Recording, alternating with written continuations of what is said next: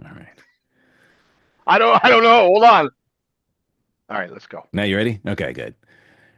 Today's guest is a trailblazer in personal transformation and the mastermind behind Turning Within, an innovative approach to shadow work. With over 20 years of experience, Steven Twohig has fused ancient healing wisdom with modern psychology to help individuals enhance emotional intelligence and achieve profound personal and professional growth.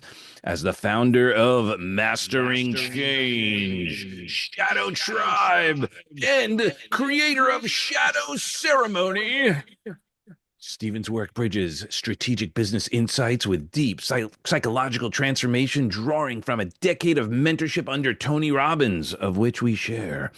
His pioneering research also explores the integration of plant medicine with shadow work, offering cutting edge solutions for mental wellness. A global respected speaker, author, and transformational coach, Stephen empowers people to unlock their hidden potential and create a life of a masterpiece. Please join me in welcoming Stephen Twohig. Thank you, brother. You're welcome. Now that's a welcome. Now I feel welcome. I am now in the container. Feels good Yeah, in there you go. Less edgy. yes. Less edgy. Sure. In here. So, welcome to this conversation. It's the real deal on being one of the few, and what we mean by that's the family empowerment warriors are really what we're about here, Heidi and I. And I know you have family, and a family extends beyond just our sort of blood family. We have our chosen family, our work family, and beyond. We are all part of this beautiful world. So thank you for sharing your most valuable asset, your time. And we were talking before we even started this, so we figured we should get back to it because it was already getting groovy, getting awesome. So, but share, we go back. We've known each other for a good 10, 15 years, right? Longer. I mean, I was with Tony from '06 to 11. I came in right around '06. I was a par back when they didn't have. I remember you never used to have your national coordinators, the folks, they all had one computer. Remember when your team all shared one computer? Yeah. That was right before they brought in Gene McNaughton, Mm-hmm. um, which was interestingly enough, Gene was my mentor at Gateway when I left Gateway to go work for Tony. And then I went to San Diego as an Iowa boy, and I realized I don't want to live in San Diego. And so then I came back, and Gene called me. He said, "Man, you'll never guess who just called me for an interview." He said, "Tony Robbins." So right about that time, I think you were right. Like me and you both came in at the same time. And then I did some contract work for him. Then I went and worked for a treatment center for a while. And then I went back to work for Gateway and then back for Tony. And I think now I'm here. That was the path. Or you're where, Yes, it's been a existentially while. speaking. Yes. Yeah, essentially, I am here in this. Yeah, now I'm what 5 years into um, my own kind of standing on my own 2 feet kind of thing. I don't have a Tony Robbins. I don't have a church. I don't have an organization. Deepak Chopra. I worked for Chet Holmes for a bit. I don't have any of that. I'm kind of just standing on my own. I've been doing that for about 5 years now. Love So it. it's been a journey. Well, yeah, let's dig into the journey because you are where you are, and the use of the more esoteric practices in business is brilliant. I we're kindred spirits like that. I do the same. I haven't yet brought any plant medicine into the boardroom. Don't know if that's something that is for some of my clients if that's appropriate. But I love the infusion of all of that. So how did you like walk us through that journey? Because it's certainly one that deserves some sort of awareness, uh, so people get it, like they understand. Yeah, well, I mean, I started time in April 2000. I did my first what's called I call it a shadow ceremony. That was a group called Mankind Project. They were doing a thing called initiation in men's work, and I was 6 months sober, just holding on, working, selling long distance part time to little old ladies kind of thing because nobody would hire me, that kind of thing. And man, it was like somebody started. It was like the lights started to come on. I can't say that I got it there, but I definitely knew that there was something more. It cracked open a window, and just that crack, I think, from what I've seen, and I'm certain you probably agree, right? That first initial crack when somebody first realizes I'm not alone in here, like I'm that first waking, that first Hmm. kind of bump on the head, um, that's when that happened, and I knew right away. Like I saw a guy stand a guy up, and with 20 minutes, he saw something that he never saw before, and he'd been bumping his head against it his whole life, and I thought that's what I want to do, and I just kept workshop after workshop. Your standard human development. I'm sure that your listeners Hmm. and um, and I wanted to be able to support transformation at any level. I had this belief that there was a fulcrum that if I get down far enough, I could move the whole world. Mm. And there's a mythology around that, right? So I just kept diving, and that's when I ran it. I was standing on the carpet, and somebody says, "This is all NLP." So I went and got NLP certified, and that's when I heard about Tony. I'm like, "Oh, I can get time in the box here," because I was only getting. And we would go do a workshop, and if you're volunteering, you're doing, you get a weekend. Maybe if you're doing four a year, you're getting 72 hours every four, every every quarter kind of thing. Just wasn't enough time. I needed time in the box, so that's why I went to work for Tony. Was I knew that working for Tony, it's the one thing that we had. Like out of I think everything that Tony gave me, he gave us a lot, right? Yeah. The one thing I think he gave me was that time in the box where I was working with we were doing strategic interventions on 8 to 10 people a day. It was this constant engagement of like, what's keeping you blocked? Where are you trying to get to? What's keeping you blocked? And really digging underneath into the machinery of what keeps people stuck. And that's really was the gift. It was just kept in the amount of people that I was able to touch.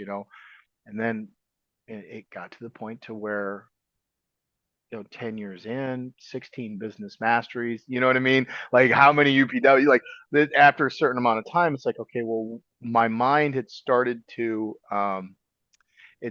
close in. I'd started to feel it's kind of like I was in college, but I was still wearing pants that I'd bought in 10th grade kind of thing. It Yeah. just started to feel a little bit too tight. And, um, shoot, by that time I'd been around the world. I'd spoken in front of all these, I was just loving. I'd created a home, like the business mastery division literally grew up around me. Like they built the whole scripts, dialers, all that stuff. Hmm. That's what all the stuff up there was. And um, but I'd just gotten to the point to where my soul was yearning for more. And it just wasn't um, what it really was. Now that what it really was is I had still a piece of me that I hadn't quite dealt with. And Tony had become the shadow in which I was then running from. And uh, like I had a money shadow that it was just no matter how much I made, no matter how much success we got, no matter how many lives, how many people came up after a talk, said you changed my whole life kind of thing. It just kept, I had to get more. It became a drug. Hmm. And it got to the point to where I was just miserable. Absolutely at the top of my game and just miserable. And it was because I was certain I was still two steps away from failure. Still that boy sitting there selling long distance to little old ladies. Only now the fall was much bigger. Mm. Now I couldn't yell ouch. I was just stuck in this real tight container. And one of a colleague mentioned ayahuasca, and like you, I'd come from a 12 step. Oh, no, no, no, no, no. Like plant medicine is not. And it took a little while for me to hear the message. And um, whoa, I came in thinking, because like there was this ego. I came in thinking I really knew what I was talking about. And I thought, I've worked for Tony Robbins. I've been around the world. Like I've spoken in front of thousands of people. you need to be glad that I'm here at your location. You know what I mean? Like You're that's how I. welcome. Yeah, you're welcome that I'm here to puke in this bucket. You know what I mean? Like it. That's how I was approaching, and not only that, but that same egoic special boy in me then would have to feel the lack of that because I'd have to feel the Mm, pain of what happens when that all goes away. Well, then when that all goes away, now I'm faced with the you're not good enough. Nobody's going to love you. They're going to leave you. You're going to die. You're going to be abandoned out here. All those fears. And so the medicine, it takes you right to that. And it was like I found the other half to the, it was like the conversation that was incomplete all of a sudden it's still incomplete, but I was aware of how incomplete it really was. mm. It wasn't like I thought I knew. There was no way you could know anything. You're just a hairless monkey. Like I, I somehow think I need to know everything. Um, and here we are 5 years later. So I quit working for Tony right then and there. 2 weeks later, I called uh, my director and said, I got to follow this. This is the new teacher, and for 4.5 years followed that teacher until finally now I'm coming back up for air, right? Because it's a little bit woo down there, so I'm coming back Right. up, which brings me here. So, I mean, that's fascinating, and thank you for sharing, because I know that there are a lot of stigmas around, that experience and so forth. Now, in full disclosure, I have yet to experience that. It's on, our list. I think, it's so funny. You talked about, puking in the bucket and all. I think part of the trepidation is experiencing some of that, and then also, so I mean, I guess we could go down this path. Let's go Was down there, yeah, what was the mindset? Like, I guess I understand the power of the experience. And I guess I sometimes have the same thought about going to like a psychic or something like that. Like, I don't want to find out something I don't like that's going to be even worse than, like, we all have, all the fear I'm not good enough, all of that. Like, then there's that element of, man, like, if I get that exposed, that vulnerable, I don't know if it's like learning when you're going to die. Like, I don't know if what was your experience, or did you have any of those thoughts prior to, like, oh man, what am I going to learn about oh, myself that is something I don't necessarily want to or think you can, sort of process? well, so it's kind of like, I've got airborne training, so it's kind of like jumping out of an airplane for me. The first time it really didn't scare me Hmm. because I didn't know I was going to be falling out of the sky. It was every time after that. Like the first time because I guess again because I'm pretty asleep. Like mm, I'm pretty calcified in my ego. I'm pretty stuck in here, so Hmm. I can't see much farther than the front of my nose. So I didn't really know what to expect. I didn't do, I was, so interestingly enough, uh, up until about 6 months ago, every Friday for the past 4.5, 5 years, ever since COVID, I would go in and I would introduce people. Here's what's getting ready to happen to you. Like, be prepared. Like, you're about ready. And when I first started drinking the medicine, when I first drank it, I didn't read the emails. I didn't sit in on the integration calls. Okay. I didn't watch any You didn't prep at documentaries. Like, all. I went and Googled ayahuasca Orlando and signed up for this thing and showed up on the day of. And the nurses take it because they had medical. That was one of the things I liked, was it was a good combination between my my shaman had come from Peru. She didn't speak any English. She was absolutely traditional. And we had a medic on staff. So we had a combination. And if they needed to get me to the hospital, I'm in Orlando. So they're going to be able, really enjoyed that. Right. So um, I sit in there talking to the nurse, and she's like, so they ask you, they have this thing called a dieta, which is a diet, basically. I don't know why they call it, guys. I don't know why they call it. It's a diet. It's a certain diet that you eat before, but they call it a dieta because there's a philosophy around it. There's people that actually go into the whole philosophical end of it. I didn't go that far down into the dietist stuff because I'm from Iowa. And she said, how was your diet? I said, well, my diet's okay. I eat regular. She said, no, your diet. And I said, I don't know what language you're speaking right now. She said, did you get the emails? I said, I didn't get an email. She said, what's your diet look like? I said, well, I had a steak last night. Like, you had a steak? She said, oh, I don't know. And we had to go through this talk conversation because, like so when you talk about that, I had no idea. And then, so Friday night was a lot of trips to the bathroom, right? It just was. And, Yeah. um, but you kind of get past the silliness of it all. When you drink ayahuasca, interestingly enough, there's a sphincter in your stomach right here, and there's a sphincter in down here, right? Hmm. That loosens. The medicine actually loosens the sphincter. So if you really look at it, the medicine is preparing you for what we call a purge. And humans have lost their autonomic reset. So we've lost the ability to let go of shit. It's Hmm. just that easy, right?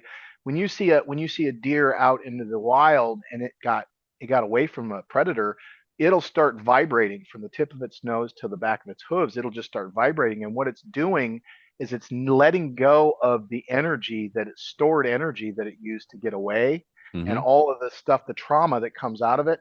As humans, we live in an evolved mind. Our mind is evolved, and the reason why it's evolved is because I hold on to an idea and I reach for the next.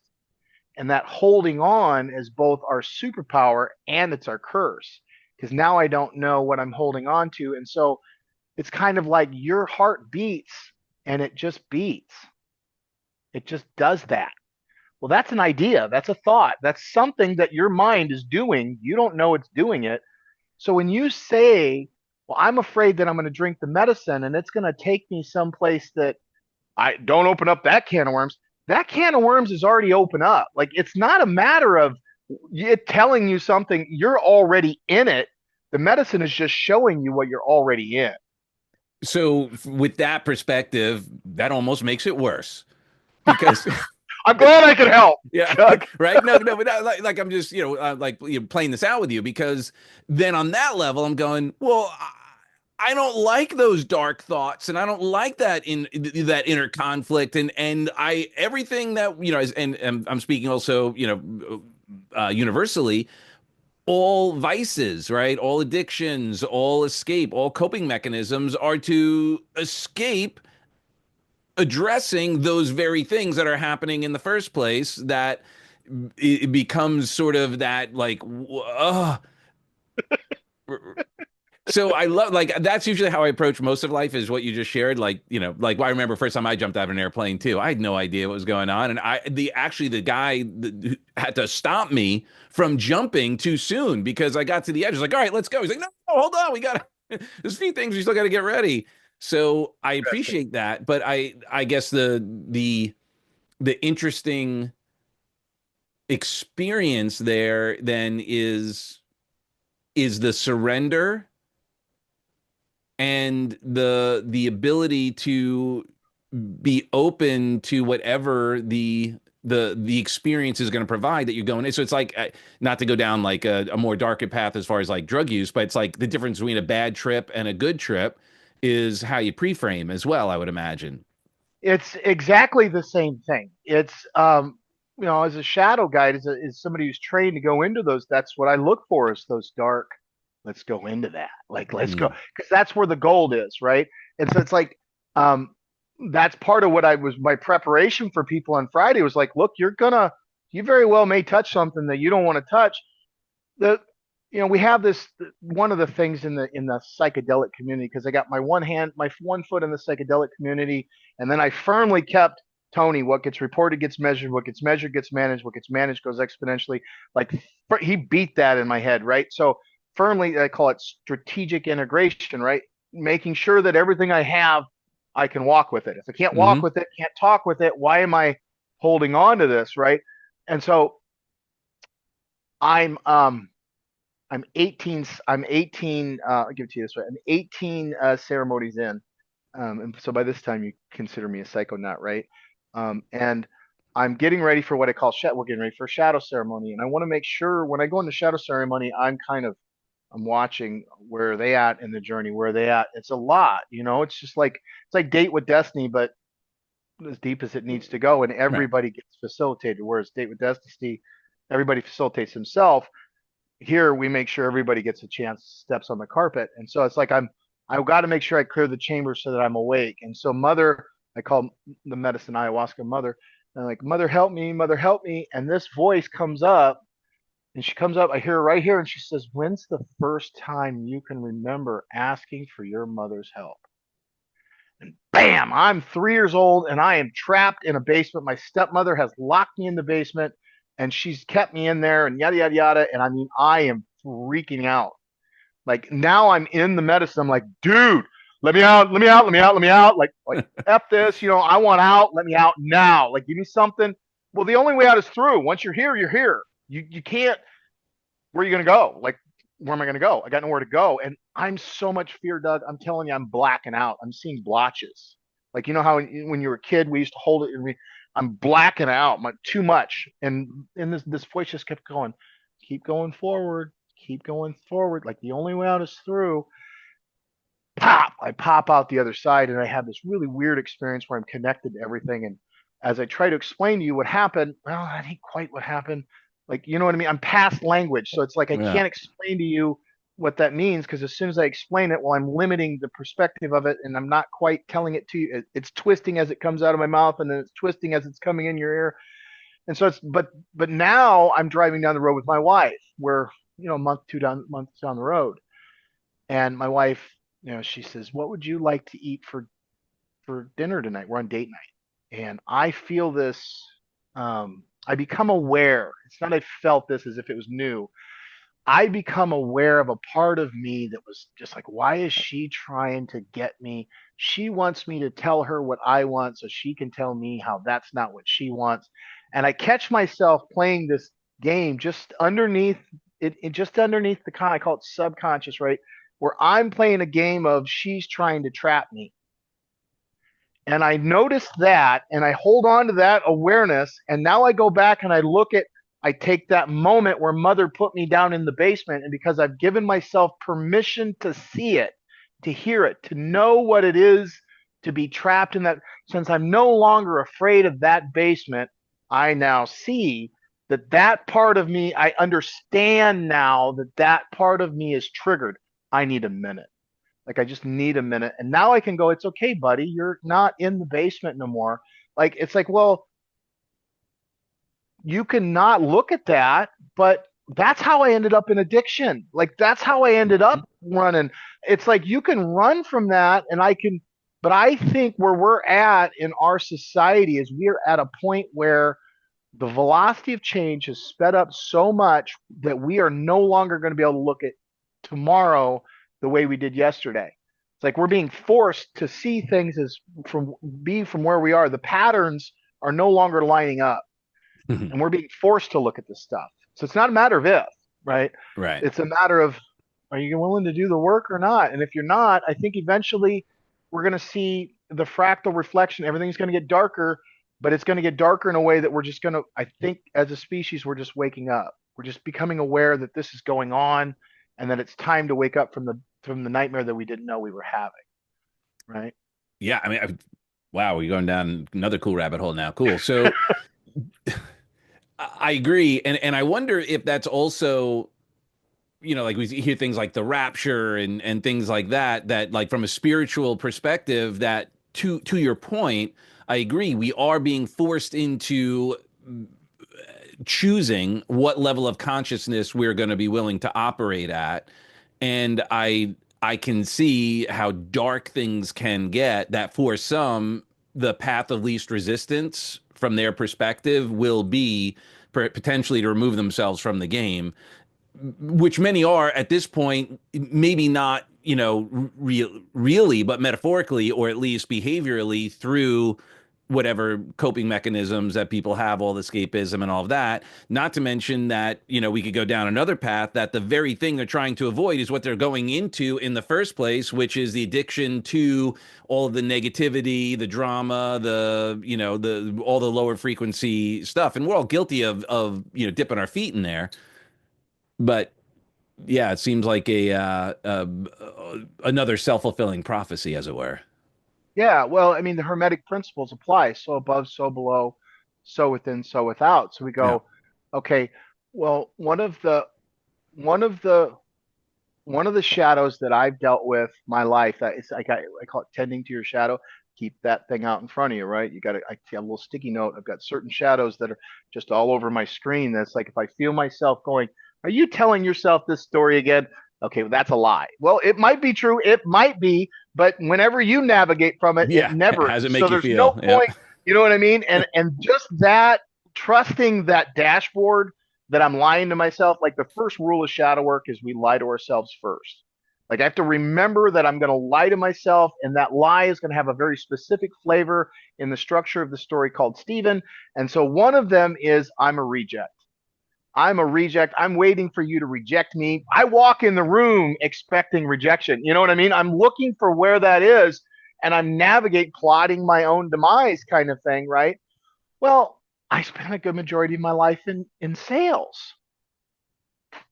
Arguably, the one position, if you've got a rejection shadow, arguably the one position you should not be in. Unless what drives you is achieving and pushing past that, and that becomes the very fuel in which you drive your sales vehicle. That's right. But the problem becomes when I navigate from it's not a, so it's I feel like a reject or I'm not a reject. It's never, it's not, let me rephrase that. It's either I feel like a reject, I'm being rejected, Doug doesn't love me, or I'm not being rejected. It's not accepted. It's never in that structure of reality in Cartesian based consciousness. When we navigate from the risk of plotting our demise, I go, well, I'm not that. The other thing is that I can then see, I then have this experience of rejection that anytime I want to blame it, project it onto the outside world, I am now working in a spot where it's not me that's being rejected. They're rejecting the process. And the structure of the hero's journey sits down in the story. So now I can create this loop of accomplishing no longer being rejected by closing the sale. My wife, I call her, I lovingly refer to her as the angel of death because she's a hospice nurse. Yeah, yeah. And one of her shadows that, like, it's a very, the calcification of it is pretty, it's amazing to watch her do her work. One of her shadows is terrible crisis. Now, as a hospice nurse, it's pretty safe to assume every room she walks into is a terrible crisis. Hmm. Somebody's out here dying. It's a crisis for somebody somewhere. You know what I mean? Even if they're happy to die, everybody around them then is probably bummed. So But it's still she lives in trauma. a, yeah, it's still terrible crisis. At the end of the day, she can now project that.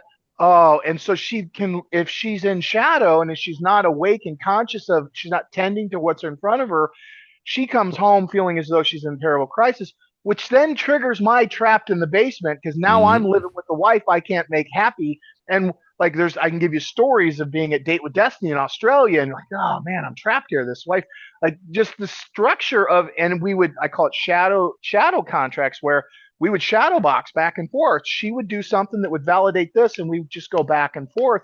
This is where most relationships are. So it's like we can either deal with this stuff openly and start to have the conversation, or I think that noose is getting tightened to the point to where we have to notice that that noose, I am the one both with the noose in my neck and I'm the one that's tightening it, Pulling it. Yep.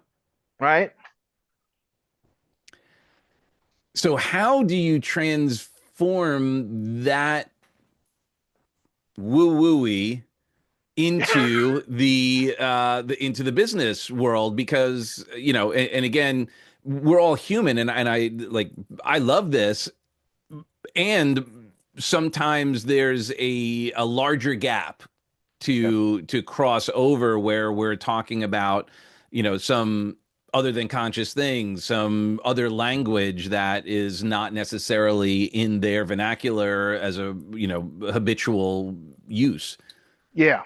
Well, and again, I was just talking to my mentor earlier today about how we as a society we've become so there's this when we outsourced a bunch of tech support positions, and now those tech support positions are outsourced, and the kind of support that a person gets because of that the flatness of, so you go into a business and you start to look at, first off, what is a business but a bunch of people at the end of the day. So I start to work with the leader, and we start to see where the leader attitude reflects leadership.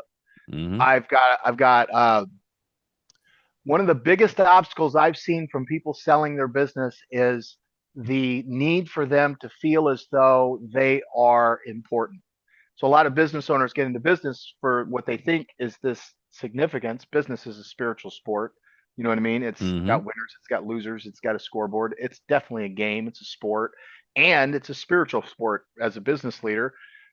Other than being a mother and a father, there's not another role that's given that we can be of higher service than being an owner of a business. I mean, even if you're in a church, that's running a business. So Mm-hmm. there's not another sport that's considered more.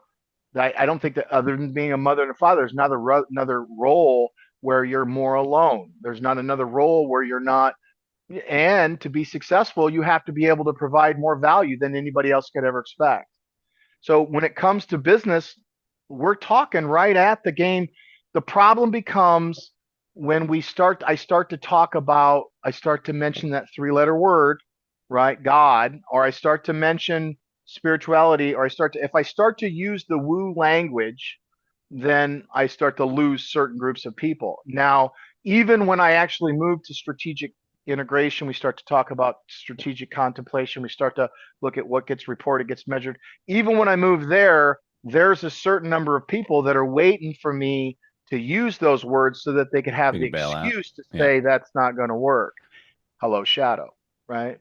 Um, National So Science yeah, Foundation. do you use that, or do you like, are you just like, okay, they're not ready, and you're only working with the people who are, when the student is ready, the teacher appears. Like, Yeah, right. where do you cut your losses? How deep do you go? What is the, again, what's your KPI on that? Right. Well, it depends on what we're talking about. If we're talking about, I just helped the gentleman exit a business, 150 employees, one of the largest in his industry up in Canada, in his specific field. And his challenge was that you could see as he was entering I call it you start to see this disruption field as they enter the exit, right?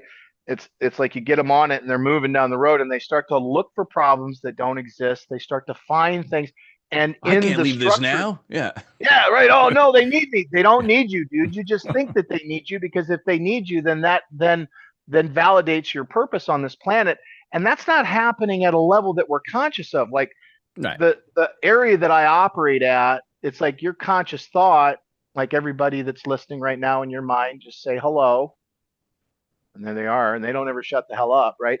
And the inside that, just call that the boat, and you're floating down the river of the story called you, and the boat called now, and you're always in the story of the river of the story called you. You've never been in the river of the story called Steven, right? Even as a parent, like you're still experiencing it from your point of perspective. Even when you're Hmm. projecting from what you know to be projectable, right? And you're always floating in that boat. Well, you have the prefrontal cortex, the part where a complex thought, that's about 40 to 50 bits of information in that hello, just inside there. Well, the average mind takes in 11 million bits of information all at every moment, like you're Hmm. processing 11 million bits. So you're only aware of 40 to 50 bits, but there's another 11 million bits that you're standing on top of to poke your head out of the window and say, my name's Doug and I'm here. Well, what is all that? Like, don't we think that's important? And so we have to start to look at how is the leadership, I call it integrated leadership. How does that leader, where are their blind spots? Where do they not see? What is their tendency? Because a tree falls the way it leans. And once they know that, they can adjust their navigation equipment to know this is how when I'm blind, this is what I tend to do. This is some of the tools that I've got to get around that. Here's the work that I'm doing to tend to that, so they can start to see the road for what it is, not for what they were told it was back there. Because again, the road in front of them isn't going to look like the road behind them. Hmm. Once we do that, then we start to move into, okay, well, what's your company's purpose? Like, what is do you have engaged? Do you have a team that's engaged? Do you have lead? Do you have the guy that's sitting in the mail room? Do you have him engaged enough to where if he steps over, I could save myself 10 cents every time I do this thing, right? Well, over the course of a couple days, that might not be a much, but over the course of a year, that's a lot of savings. Is that employee engaged enough in what the company's purpose is and where the company's going to where they're going to go, I can save us 10 cents every time we do this? Or are they just there, what I call paycheck employees?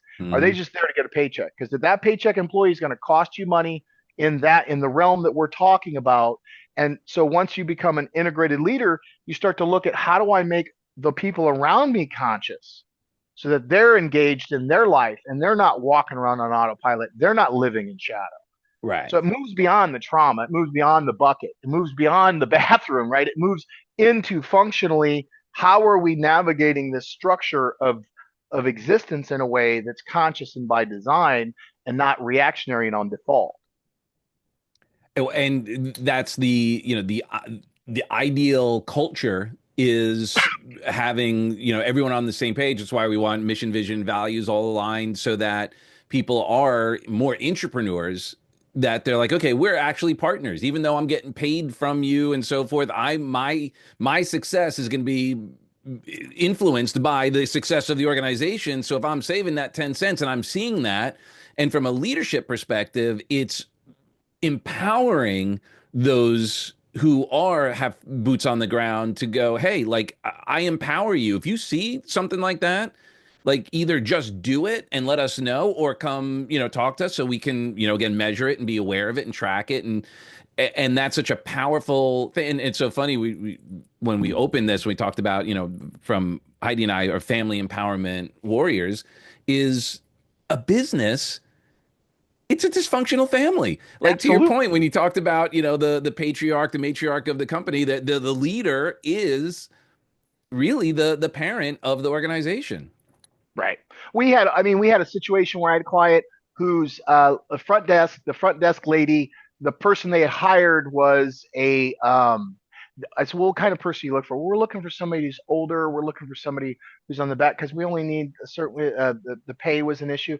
And we went for this role. And what we ended up going for was this other person. And what they ended up hiring was this young gal who had a lot of desire. So this gal that they put in the position, where she ended up doing was she had an expectation that she was going to move into a national sales position.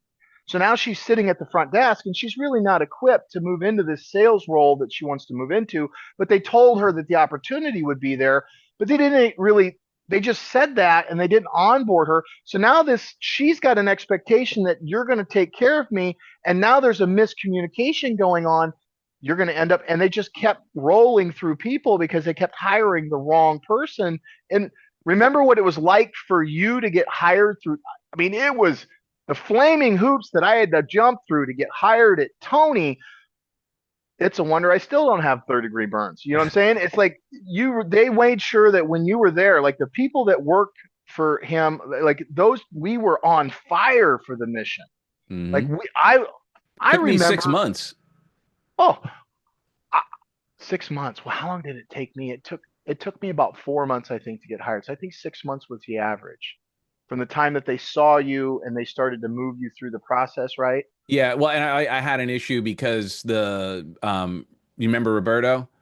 Yeah. He was on Yep. like he went on holiday for like a month, and then Gene had left. So I knew Gene before I started there. I'd known Gene from from the space, but he had left. They brought on a new VP. That guy I spoke to Talking about once. Matt. Then they no, not Matt. There's a guy in between Gene Oh, and Matt.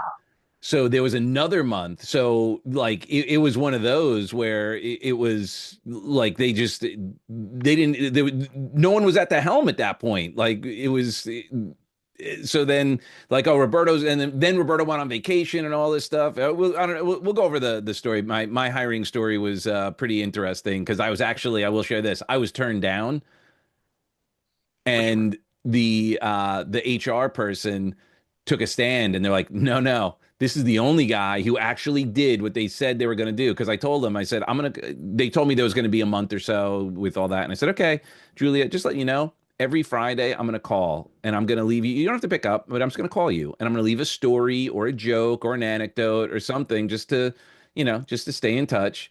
And that's what I did. So for like a month, 2 months. Every day, every Friday, I picked up the phone and I left her a message. And that was like And the that's exactly impetus. what they were looking for, Yeah. right? Like, I'm going to show you how committed I am. I'm going to be here like clockwork, knocking on your door. Doesn't even care if you answer, but you're going to hear me knock. Yeah, it's like Fight Club. Yep. They stand up. That's exactly what it was like. It was like, you're too short. And they walk away. Look at you. Look, you've been standing here too long. It's like, well, I'm going to keep standing here. That's exactly what they did for me. Yep. Right. And it's like Tony used to teach, right? Hire slow, fire fast. Right? Make sure you get the right people in place. When you got them in place, if they don't fit, move them, either move them up, move them over, or move them out.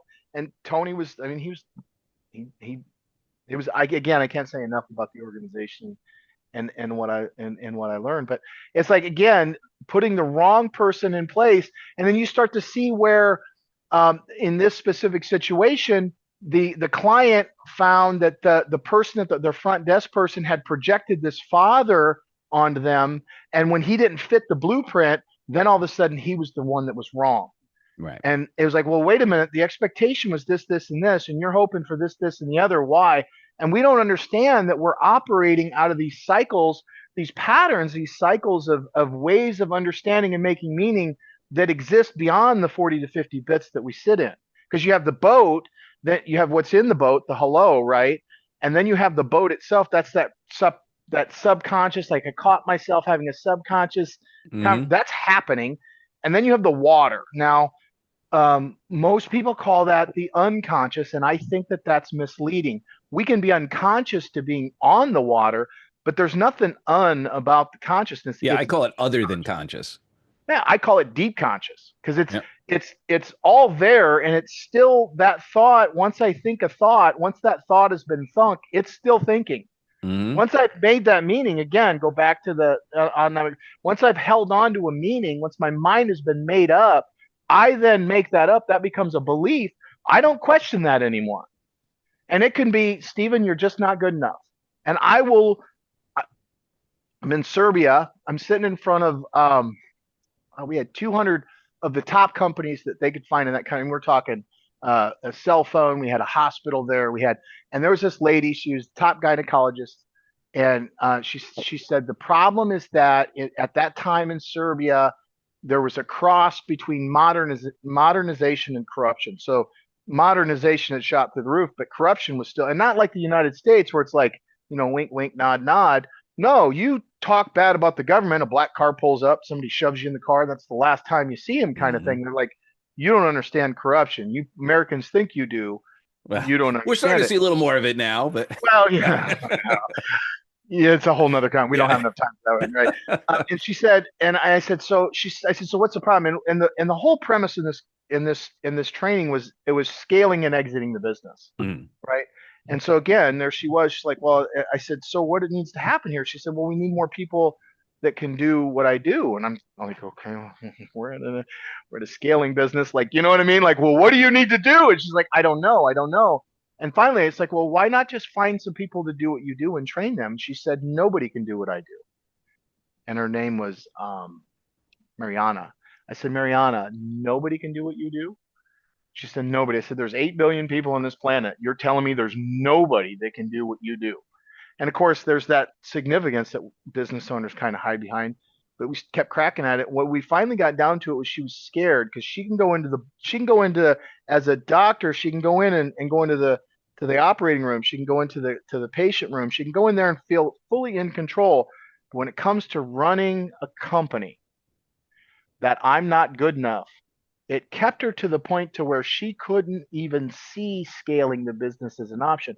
So we did some processes, and we broke through we break, they call it interplay, right? So we set up, this represents that, this represents that. We go through a process. She's on the other side. She can see that it was her fear. She steps through her fear. She looks back, and now we're at it's the end of the night, and it's this VIP dinner, and we're eating the dinner, and she pulls me aside. She's, I just realized there's these 2 doctors that are across the hall from me. She said, they came to me like 3 weeks ago with a question. She said, oh, I think they would be perfect. She said, and there was this other lady, when she was getting her doctorate, I was her preceptor. She said, she called me a couple weeks ago. She was looking for work. She would work.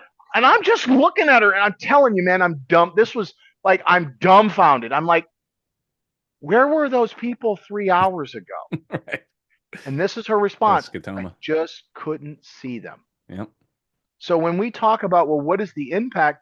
You go down and you look at anywhere, we go in and look at billion-dollar lessons, and in billion-dollar lessons, they'll show you that from 2010 to 2015, there were X amount, and it ends up being like something like 45% of all losses you can attribute to, well, you didn't see that coming, did you? Because they had assumed, based upon the information that they'd come from, that tomorrow was going to look like yesterday, and it didn't, and they missed an opportunity that was right in front of them. They Yep. couldn't see it. Yep. So that's Past about performance only predicts future results, does not guarantee it. right. They get stuck in the numbers. They get stuck in the. I think that part of our programming, because we've been programmed to come from without, I've been programmed to look to the external world to get my validation of I'm in the right spot, and that bleeds. It's always and always right.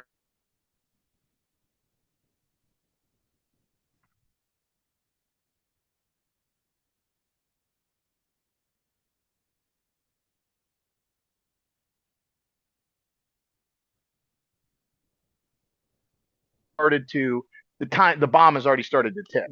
Right. I lost you. You just came back. I lost you at always in always. Always and And always, right? yeah. Always is in this way, and always. I think that whenever I start to justify my existence externally, and you look at the way that we're programmed as a society, they call the space between commercials filler. We need a filler here, right? We are programmed to consume. We are creators that have been programmed to be consumers. We are predators that are unconsciously posing as house pets, right?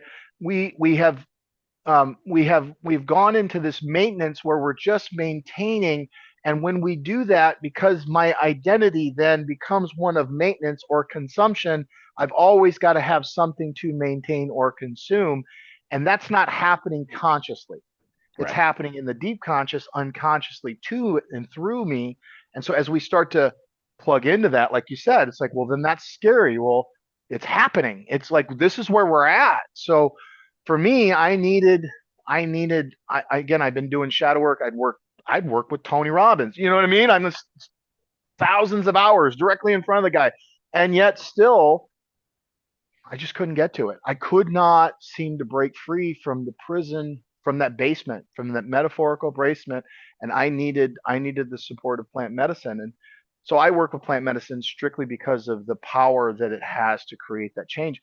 I don't think it's for everybody. I think that I've got one mentor who he's getting there through breath work. I've got another mentor who he works through. He's doing tantra and other things that, Hmm. again, you want to talk woo, that's a whole nother level, right? A whole nother level of, and again, when we say woo, it's just more farther down the road than where I'm Right. at. Like I don't Well, quite understand where you're coming from, kind of well, thing. and here's what's great. There's no right or wrong. It's is it working, right? So we talked about a little, touched, just glazed over a little bit of recovery. Like AA for some people works, and that's Yeah, great. We're not here to say there's only one way to get the results you're looking for.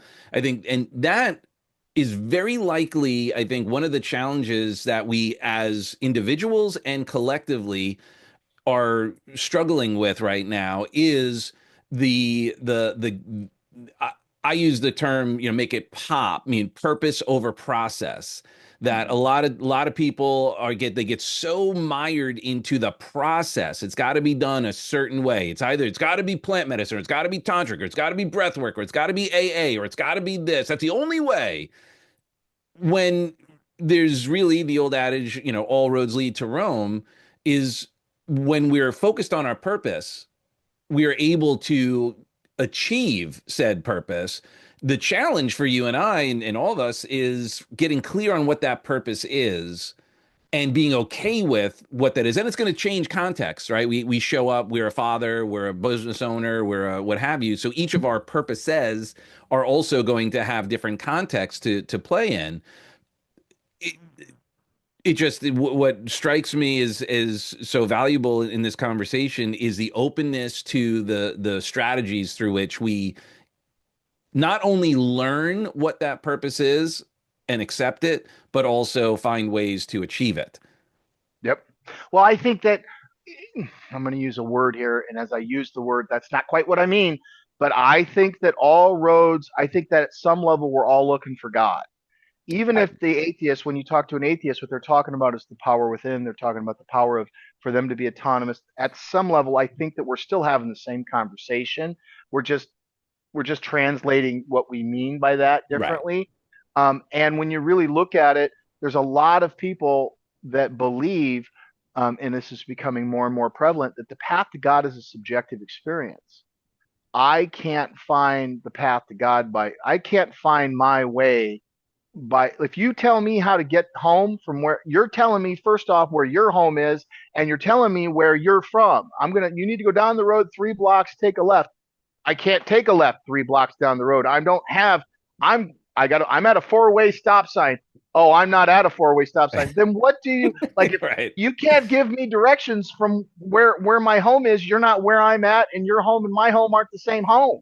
And not only that, we have different vehicles. So now someone's giving you directions, how to Ah, drive. And you're like, I'm in a boat. I don't even know what you're talking about. Like, I can't yeah. even, it doesn't even translate. What's And that adage? Don't ever judge a frog by how it climbs a tree. right. Yeah. Yeah. Or fish. I think Right. frogs There you can go. Yep. climb. Yep. But yeah. But yeah, totally. And yes, thank you for also, we incorporate our work always includes a spiritual element.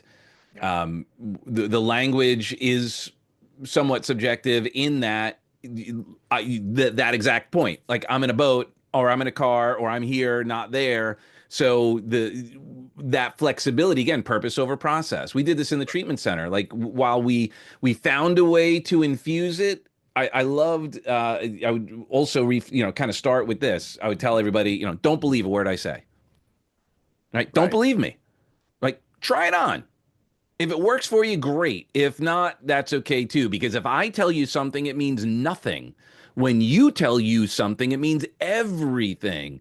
So, our goal as transformation agents is ultimately, and that's what I'm gathering, that's your experience with the plant medicine, is you have the opportunity for you to have the experience, to have that awareness, to have your own breakthrough and aha moment that's not forced upon you by someone else's paradigm, that you're able to live through it from your perspective and actually walk a mile in your own shoes in what you've been allowing to lie in the shadows, Right. which exposes the light. You should tell people that it's kind of like plant medicine is kind of like trying to explain what the color seven smells like. Right. And Yeah. what will happen is just like any other transformational experience. Like it was what I found was it was my eighth ceremony when I really started to understand, not understand, get it, because now it sounds like somewhere I'm somewhere I've got the that's not true. That's not what I mean. I've It's arrived. I've arrived. I know all. Like, Yeah. no, I started to realize I was deaf, dumb, and blind. Like, you know what I Yeah. mean? Like, but it was about my eighth ceremony when I realized it, just like Tony going through a firewalk, just like business mastery, just like going through the 12-step program, just like enter transformational experience or block of information here. It's all basically meant for me to pull back and go, okay, but where are you at? Because if I don't know, like when I'm teaching people to do this work, shadow work, it's really showing them how when people are trained through mastering change, we train them. You don't have any answers for these people. Like you don't have an answer. You have a lot of questions, and the questions are all designed to find the flow of their focus, find the flow of their awareness, and find where it's blocked, find where they're looking to go, and help them gain that flow back. Help them gain what we call your axis mundi, the center. So the story's coming from me now. I don't feel like I'm Hmm. being dragged through my life in a behind a ski boat, right? Because it's a lot of people. It's like I just don't know what to do. Well, does it feel like? Just check your life, folks. Does it feel like you're being drugged by a ski boat? Like, well, you're both the driver of the ski boat and you're the person that's skiing, right? So it's like trying to get to that center, and you can't do that by me telling you what the answer is. When you show the brain, when the brain gains an awareness, when you see two cells touch, you see this like Like they'll fight, and then they'll make that connection. That connection, if they're fighting with something and I can see where they're like, I think I know I think I know what the next, I got it. The question becomes as a shadow guide, what's the prompt? What's the question let me ask you a question. And they answer that, they go, well, and then all of a sudden they touch the answer. And you can Mm-hmm. see it because it's like watching the lights come on. It's like, oh, and it's like, oh, if I'm doing this, then I must be doing that. And if I'm doing that, this other thing, oh my gosh. Like, you know what I mean? You could Mm-hmm. see the lights come on. If they don't find the answer inside themselves, I believe, and again, this is just my own rigidity maybe, but I believe that as soon as I give them the answer, and I do that every now and again, still catch myself, I cut them off from their own answer. And when I do that, that neuron hasn't made that connection. And so they're never going to find their way home. Or it just may not be as strong. Right. Well, yeah. Or Because they they have may the meet me moment and there. then it doesn't last because it's Yep. like, oh, but then they're able to have that other voice come in because it wasn't their voice that put it together. Yes. So their other voice can start A to lot pull of it times apart people again. go, well, I keep hearing your voice in my head. It's like, well, it's okay that you're doing that because that's a projection, right? I've got to carry that. That's why when I see people when I see people in this role and they use this role for means the nefarious, I get really, really offended because Yeah. it's like you're in a very sacred position here. They'll hear my voice in their head. It's like, well, you can go ahead and make that my voice now, but understand that's your voice speaking. That's you speaking Speaking in in my my voice. voice. You're Yeah. just raising your voice to sound like me, but it's still you, because Yeah. Right. they haven't owned that part of them, that brilliance in them, and so Mm-hmm. they'll project that brilliance out, and so it's like they'll hear that voice in their head all the time. So sometimes it's like, well, you gotta if I've gotta give them the answer, then what will happen is there's a conditioning that then has to happen because, like you said, it becomes it's the signal between 2 plus 2 is 4 is weaker, and so they can't necessarily get to the equals 4 without a little more energy, and then Mm-hmm. they've kind of work that groove in. Well, If that makes sense. it's actually that's sort of a recipe for codependency. Yes. Yep. I use a lot of use a lot of tools that if you've seen the processes, because again, it's the reason I work for Tony is I saw Tony stand somebody up, and within 20 minutes, I'm like, Yeah. that's my guy. He's doing it at a level that nobody else. I wanna learn from that guy. I want to be able to Mm-hmm. be there, stand up in any situation and be able to support that. That's the guy I need to learn from, right? And so it's like that space. It's very it looks cultish, right? Because it looks like there's somebody standing here. But I tell people right off the bat, I'm deaf, dumb, and blind. The only reason I'm a technician at best, I've bumped my head up against every one of these things, and I'll be like, okay, well, duck your head. Ew, yeah, that hurt, didn't it? Yeah, when you hit your head, like notice the stars you just saw. Okay, well, that's going to happen every time because there's something you got to duck down right there. That's all I am. Like I'm a Mm-hmm. moron at best because I've bumped my head up against all this stuff, and you start to see patterns like you're a moron long enough, you start to notice that I got to quit doing that because, and it's really recovery was the foundation of it all was to realize I remember when I first got sober, I remember walking in my house and I remember locking the front door and then I had to walk around and check every window. And then I would sit in front of the front door again because I could hear voices. And Mm. I, in my head, did not, I was certain that calcified impending doom that happens when you spend too much time awake, right? It had become so calcified that I was certain that I wasn't alone. So I had to. And so I learned one of my mentors, first thought, wrong thought. So I learned to Mm-hmm. disconnect myself from the messages that I was getting inside of the boat long enough to go, I keep telling myself the same fucking story over and over and over. And after a while, you start to notice that I'm not alone in that. It's everybody's doing that, Mm-hmm. right? So it's like being willing to, again, the first rule is I lie to myself first. And knowing that the only way for me to get to the truth is for me in the subjective experience of the story called Steven is the only way out is through. So again, we can not go back there and not look at it, but again, the only way out is through. I just get longer the line. It's like you'll work with somebody. It's like I'm at the end of my rope, and Tony would say, "Tie a knot in the rope." Right? Mm-hmm. Definitely tie a knot in the rope. But what they're looking for is they're looking for more rope. And what this work is, it's like, well, hang on a minute.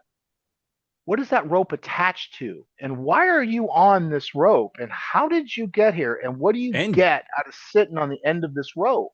there might So be another rope to grab onto, a little Tarzan action.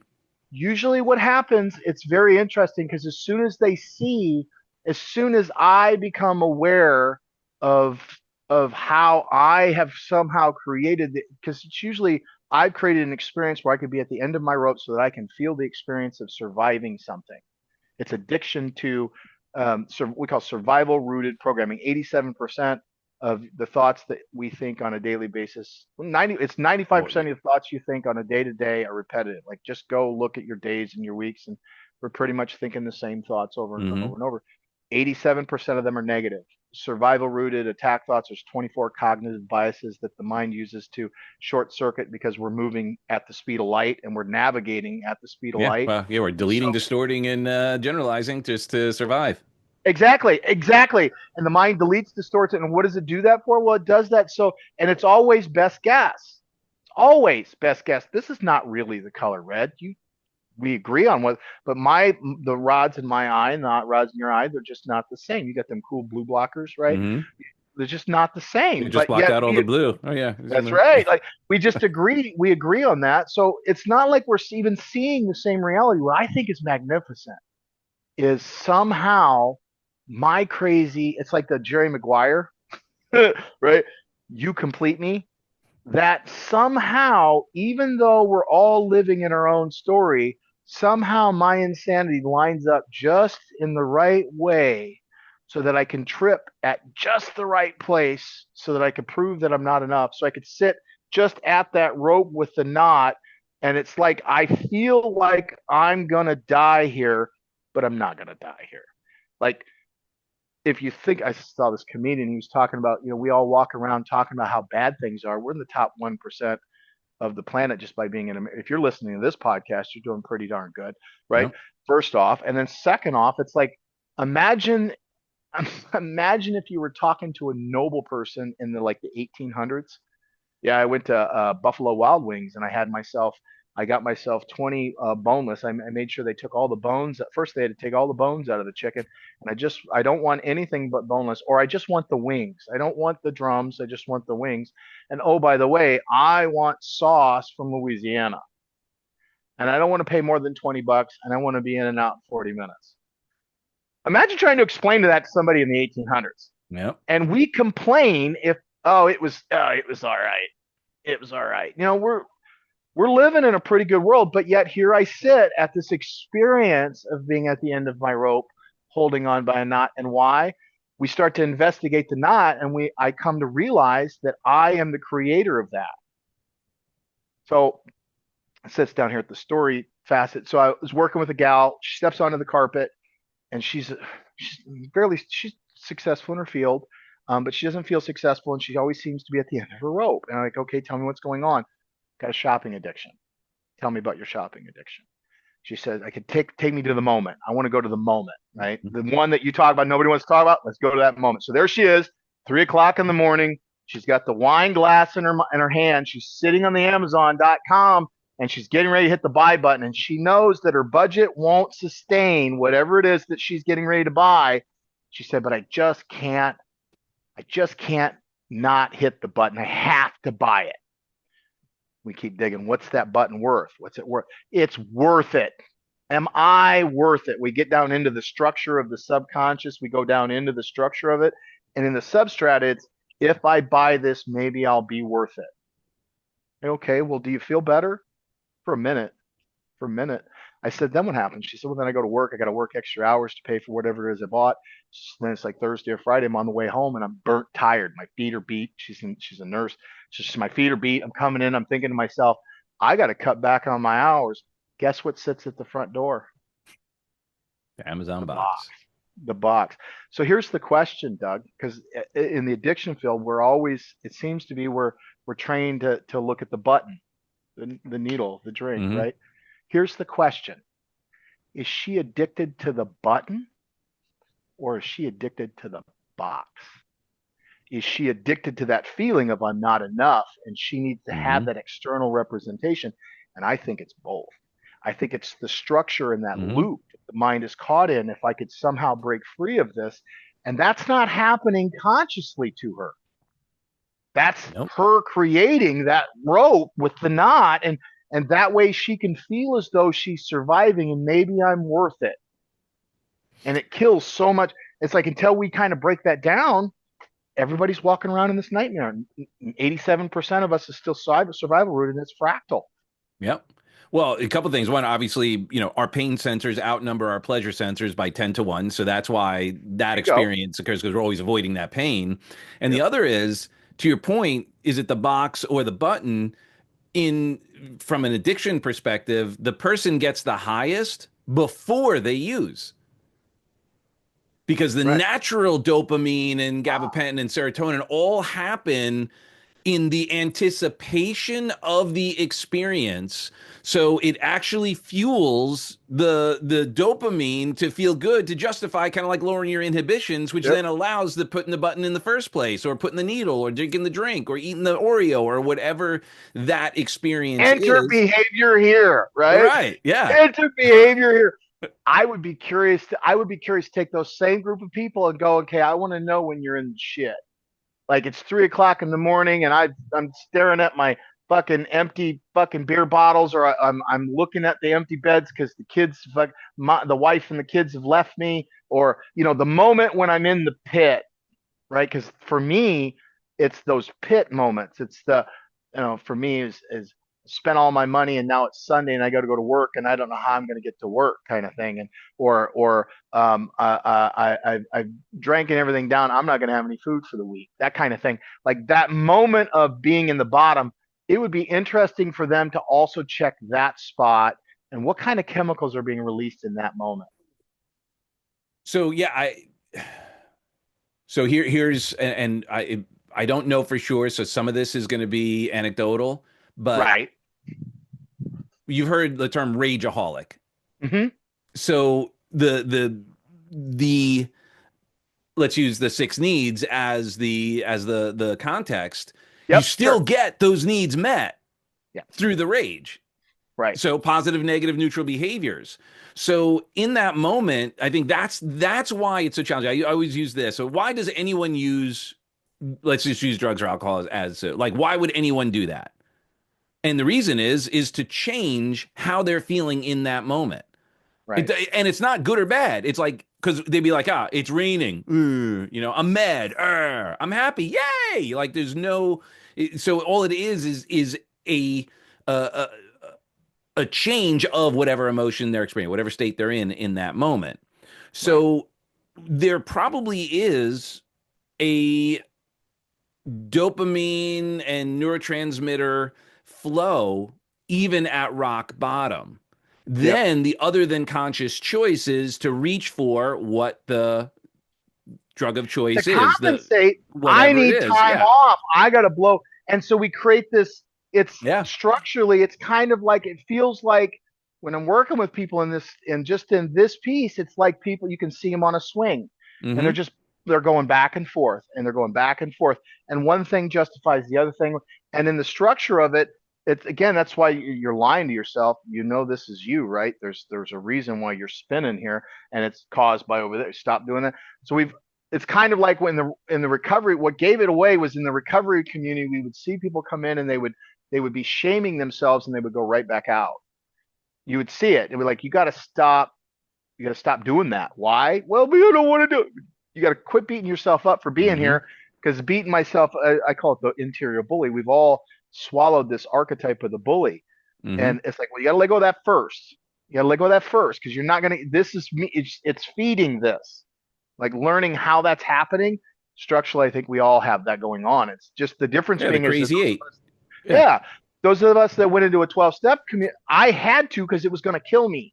That guy that's addicted to the Big Bang Theory, that sits in front of his TV and it goes to work, comes home, and he's in that, and he's just as addicted, just as kind of calcified in it. The only difference is his addiction he's going to be able to ride out. Right. It's not gonna impact him and say, I believe that for me it was a blessing. This is where we go in recovery. You start to find that my addiction was it forces me to have a conscious contact. We take God off the page. Conscious contact with where's my sin, what's coming from within me, where am I really at, what's really going on, and how much of this am I structurally putting? Am I putting myself in that spin, or is that spin happening externally? Now I can start to navigate. Now I can start to orient my reality because I'm not coming from without. I'm coming from within. I'm navigating from my center.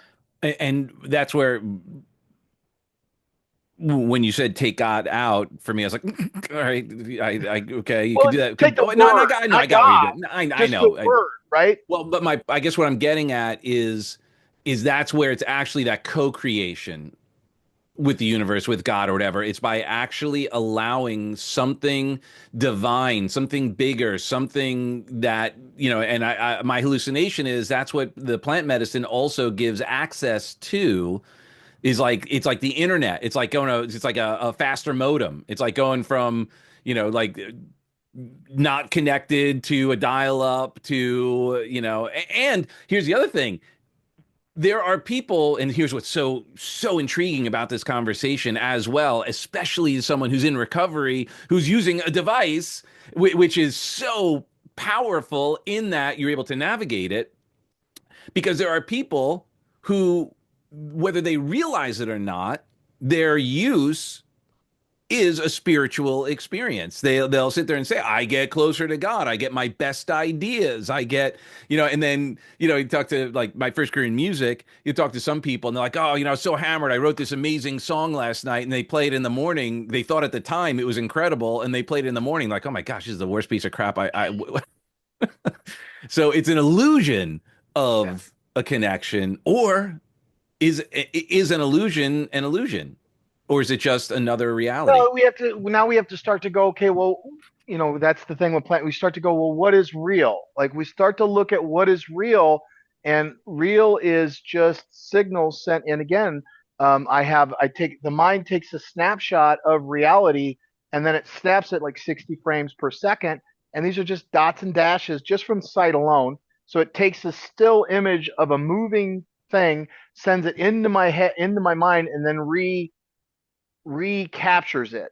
And once you see a tree, like if you're like ayahuasca, I work specifically ayahuasca, cannabis, and psilocybin mushrooms. I don't go into ibogaine is on my list, but you talk about something scary. I That's the don't get frog one, right? well. No, I'm bufo. I've done bufo. Oh, my bufo experience was a whole nother. What the hell was that? Like, oh man, you want to talk about that's a straight rocket ship to God. Like you're gonna dissolve. There's no. I did 2/3 of a dose and said I'm good. Like that's how you know. Because again, I'm a junkie. Like I'm a straight up. What was you addicted to? More. I Yeah. did a third dose and I did that first dose and I remember they told me they said you're gonna think you can't breathe, but you can. So I did You're gonna and think all you're of a gonna sudden die, but you I won't. forgot to breathe. You're just forgetting to breathe. And like, okay, I took a breath and and that first third dose, it was got real weird. I heard some funky colors, everything kind of come in. And then I came, it's only like 10, 15 minutes. I came out of it. I'm like, oh, that was a lot. And as I'm sitting there just kind of marinating on how much that was, I realized that as a kid, I think I was smothered because I had this those really soft blankets that they're like Yeah, felt baby kind of. blanket. Like, Yeah, yes, exactly. My wife, she would mess with me. She would stick, and my throat would. I just lock up. I don't stop it. Like don't knock it off. That's not funny. You know what I mean? yeah. And what I think happened was I was smothered as a baby, and so then I'm coming out of it. As soon as I realized that, then the purge came, and all Mm. of a sudden I start to purge. And what that is, again, the body has to have some way of releasing, and Yeah, because we have yeah, what people forget is that we store it. right, right. And we have three ways of knowing anything. So the first way is the physical, right? The five senses, six senses, whatever. Our science comes from our physical science comes from medicine comes from this is what we've been able to see. So it's the material world, Hmm. right? What we can see, touch, and smell. The next way of knowing it, knowing some, this is Ken Wilber, right? So the second way of knowing is the mental mind, the mental eye. In the mind's eye, you have like the square root of 4. You have logic. You have 2 plus 2 is 4, right? You can't see the square root of 4 in the square root of pi in the physical world. Like you can't show me that. You can show me the impact of it, but you can't show me. And that's kind of like in the ways of knowing, you never are able to see the thing that exists at that higher level that is truth at that higher level. You can't actually grab it at the lower level, but it doesn't make it any less important, Right. right? Quantum physics all operates at that. Like the third level is the contemplative eye. And that's where we start to get Zen Buddhism, 12-step community. Tony operates at this contemplative. Shadow work operates. Plant medicine takes you. So you'll go up there and you'll come back. It's like I'm sitting, call it riding shotgun, right? I'm holding space as a guardian for an ayahuasca ceremony, and there's this gal. She's 20, 21, 22, young gal, real young gal. I'm getting old. I know. She's in it. Like like she is. I'm crying because it's so, the shame and the whatever it is that she's feeling is so intense that I look over at the other guardian and she's like, I'm just naturally I'm feeling empathy. It's like I'm purging because she's purging, Well, and that's purging. in those moments, are you there as a like how much intervention in those situations? As little as possible. Yeah. The medicine is the facility. Like if there was a god that we worshipped in our field, it would be Mother Aya.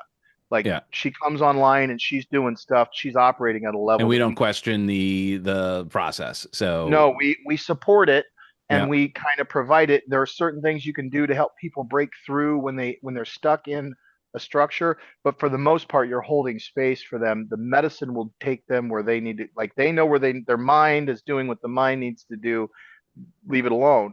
And so she gets up to go to the bathroom. We have two volunteers that are, and she's got one in each. So they go to the bathroom, and if there's this open area, and then there's these trees. There's the palm trees in Florida, right? So there's this palm tree, and she comes walking back out, and she's still in it. Man, she's in it, and she starts to lift her head up, and she's still crying.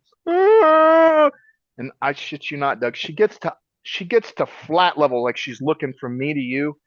Time stopped. It's the best way I can explain it. It happened that fast, and in that snap, it was like there's Chronos time and then there's Kairos time. It was the perfect moment. And she went and she didn't even miss a beat. That's what you would have saw, right? She's just going higher and higher and higher. But as she got here, it was like some part of her hung like a kite. It was like time stopped. It froze. And she kept crying, same intensity, same frequency, but it went from utter fucking shame to complete and utter bliss. Like Mm. like this.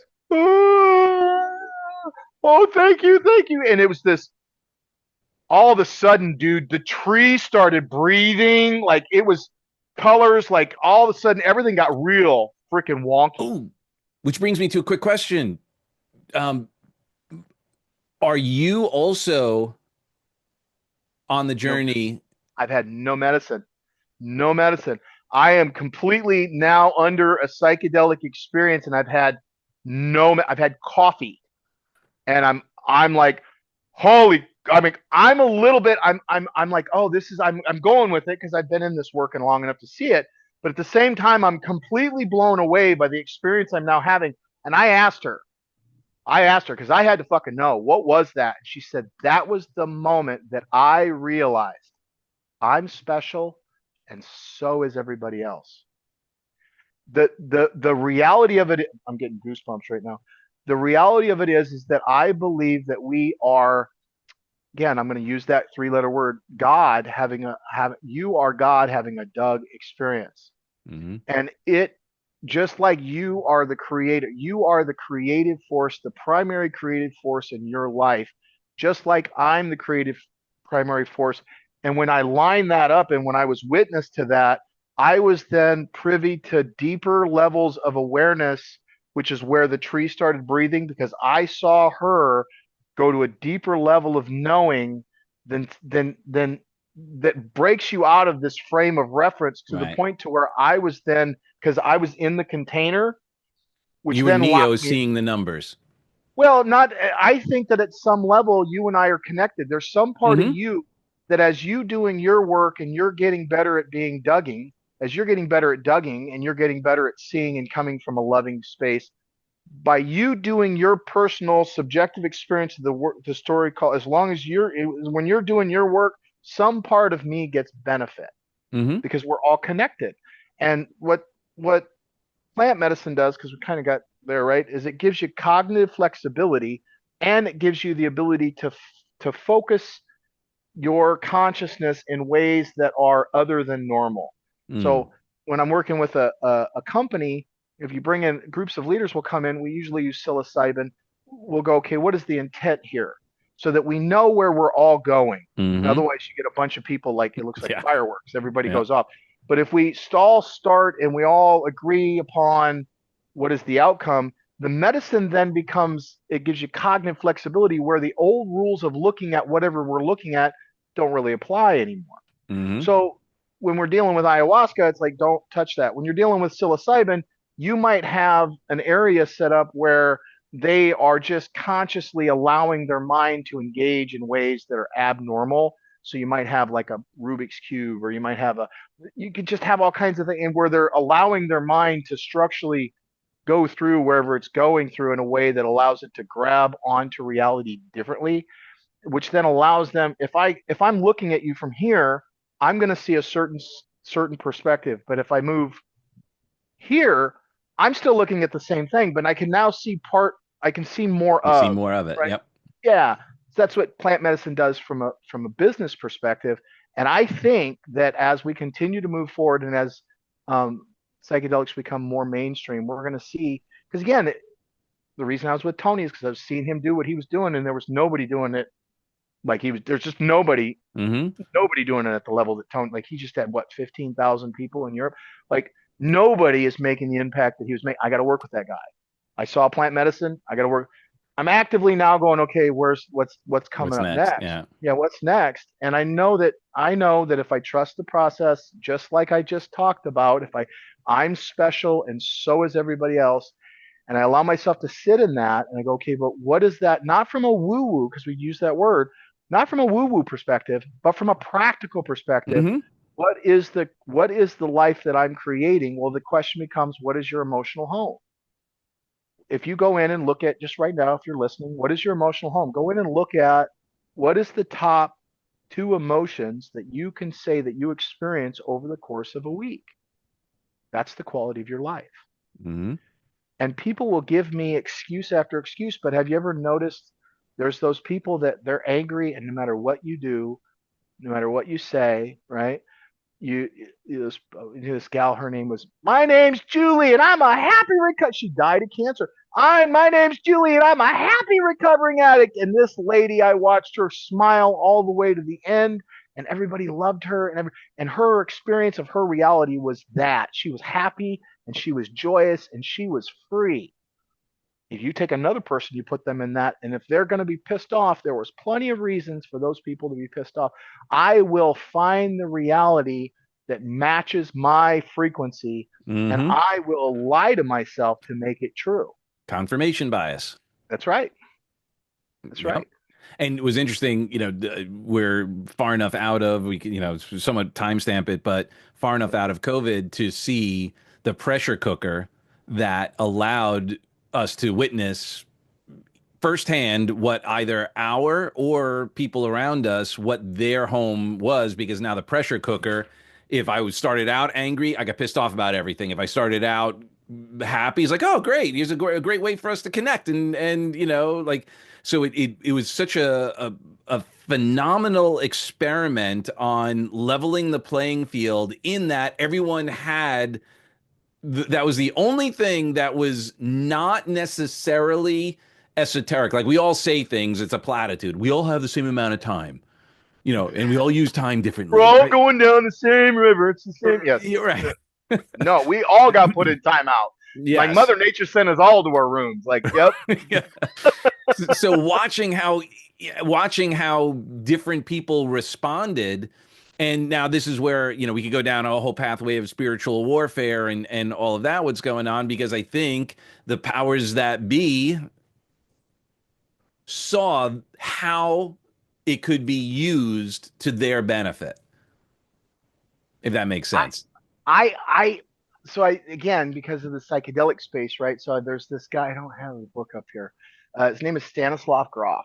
If you've never heard of him, he come up with this idea called the four matrices of birth. So one of the facets of what I call the construct of reality is the story. We're always living in story. The mind is Hmm. always saying what, so much so that we make up story in our sleep, right? Hmm. And Joseph Campbell, who's the guy who uncovered the monomyth, right? There's only one story. Like, if you really Yeah. think about, I think this is like, Yeah, just he's stop brilliant. for a second. Yeah. Like, we've all been told one story. Like, there's really only one story, right? Yeah. The hero's journey. And no matter, like, if you're not going to hear it, like, you ever hear somebody try to tell you a story without it being in story form? Oh, it's a nightmare. Like, Yeah. don't tell me, like, get to the point. What's the point, right? So it's like we've all been told the same story. So Stanislav Grof, his theory is it's called the four matrices of birth. I believe everything is fractal, so above, so below, so within, so without. If it's true in here individually, we should see fractally, we should see the same representation from a society perspective. So the first matrices of birth, we come into this reality, and you have to remember there's no time inside the womb. So you just kind of float in there. It's infinite space. You feel loved. There's no hunger. There's no cold. There's no warm. There's no lack. There's no want. There just is. And it's love. And you're being taken care of inside this organization with an organism. And then you start to grow. And eventually, somewhere along the line, you become too big for the womb. And we hit what's called the second matrices of birth. The blood flow cuts off. And now you start to get contractions, right? All of a Your sudden first sense now, of rejection. yeah, well, you become, yeah, that's where I think I call it the 5 points, the first two fears: I'm not good enough, you're not going to love me. Those are the first two. But the third one is, if you leave me, I'll die, which is tribal. But then there's the birthing process, the fear of being trapped and the fear of being abandoned, right? That trapped or smothered, right? Hmm. That caught, that feeling of that right there. That comes from that second matrices of birth, because now, like, in the experience of the story called you and your axis mundi, you don't know you're getting bigger because you don't have anything to relate to. Yep, we have As no far as reference you point. know, everything is getting smaller. So you have this experience of everything shrinking. Now look at your life, everybody that's listening. Where in your life do you experience this? I'm going to get trapped. I got this, I call it constriction, right? So that's the second matrices. And then we start to move through the birthing canal. Third matrices. Still moving, still painful, and you're not birthed yet. Then we go through this painful, now we're outside and we're cold and we're hungry and we're getting poked by these things that got too, whatever that is, and they're moving me around and I can't see and I'm sore and I just got, that's the fourth matrices of birth. I think that the birthing we saw the second matrices of birth in COVID. I think that what we saw was that there was a constriction. Hmm. Everybody was told that they needed to, there was this withholding, there was this lack, there was this, and that's why you see so many people. I quit my job 2 weeks before COVID. I quit Tony. I had no idea. I had no idea I would have stayed. Like, you know what I mean? Like, if I would have known then what I know now, I would still be working for Tony. I'm here to tell you, I would never have gone down this road. And that's why we can't see the future, right? So it's like, I think that we saw a lot. If we go in and look at the statistics, the amount of people that came out of it and said, okay, because there is that, the government, but there's also the amount of people that said, okay, now I'm going to do it my way. Hmm. And they started to take in, we started the National Cornhole Championship. It wasn't really, it was just me and my family sitting out backyard throwing the beanbag back and forth. Hmm. We did cowboy golf, and we hung out and we did cookouts, and we got back to what was important in that moment. So Were you again, in Florida at the time? I was in Yeah. Okay. Florida. Yep. So, Yep. Thankfully, yeah. thankfully I just sold my home in Colorado and was getting prepared for the Like I knew, some part of me knew all that was good. Some part of me knew, I feel like something's coming. I feel like we need to get ready. And sure enough, again, so it's like I worry about how again, I go back to one of the things I'm working on right now is my money shadow. And I think money is this really interesting, it's a very interesting quality in our reality where you know that there's value. I know that we all agree that this thing, this this thing right here, right? This thing right here, it has some intrinsic value.